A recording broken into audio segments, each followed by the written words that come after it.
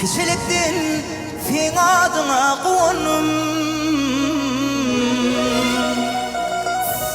Ululum son avrayına dayana Kişiliktin fin adına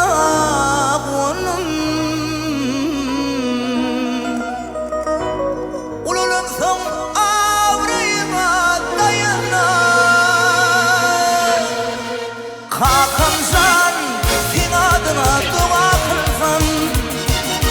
Hakancan peklerimden nuzlu alsam Hakancan adım bilin beyni kalsam Can Hakan fin müpali oğlum bolsam Berekallah Hansam. Boy bir aydım ehli Hakan'ımız için hemmemizin canımız sağ olsun. Hakan'ım canlar sağ olsun Allah'ım. Gerek var er uç bel koyşunu Fina fen Hakan hormat koyşunu Senin kimliğine baka keterler Hormatlarlar ya da iğret eterler Bil Hakan ağır senin ağrıyındır Ağırlıp bakmağın Hakan yerdeki tanrıyındır Öğren sen Hakan hoş söz dimani Hakan'sın horlanın olmaz imani Erkediyenim olsun zemin asmanı Borçlun sen Onu kulu asmağa yadıklamın akmın Onun kumusun atana aktığı Hakan oğlusun Hakan her farkıda kanun hükümdür Şanacıklar şahan Hakan hükümdür Hiç vaktin iyidirdin hem giydirdin Kamlı vaktin sen evrimdin kalırda Hiç vaktin iyidirdin hem giydirdin Kamlı vaktin sen evrimdin kalırda Hakancan sen adına dua kılsın Hakancan kendiliğinden nutlu alsam Hakancan adım bilin beygi kalsam Can Hakan sen müpali oğlum bolsa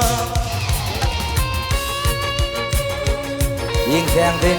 yıl kakıp geçer Hakan başın fifimisi Yürep barayan yolun usur Hakan başın fifimisi Kurmuş saylar öz mirdini Başa tecitmez her kimi Özgüler götürmez derdini Hakan başın Kıvlan başın fifimisi diye şahir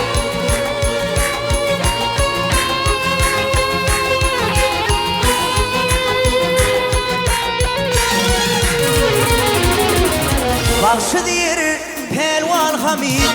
pederim Seher turup şunu takdim ederim Kalmakşı diyer mehrivanım pederim Seher turup sana takdim ederim Hakancan sen adına dua kılsam Hakancan peklerimden nutlu alsam Hakancan adım bilin beygi kalsam Can Hakan sen müpal oğlum bolsam Hakancan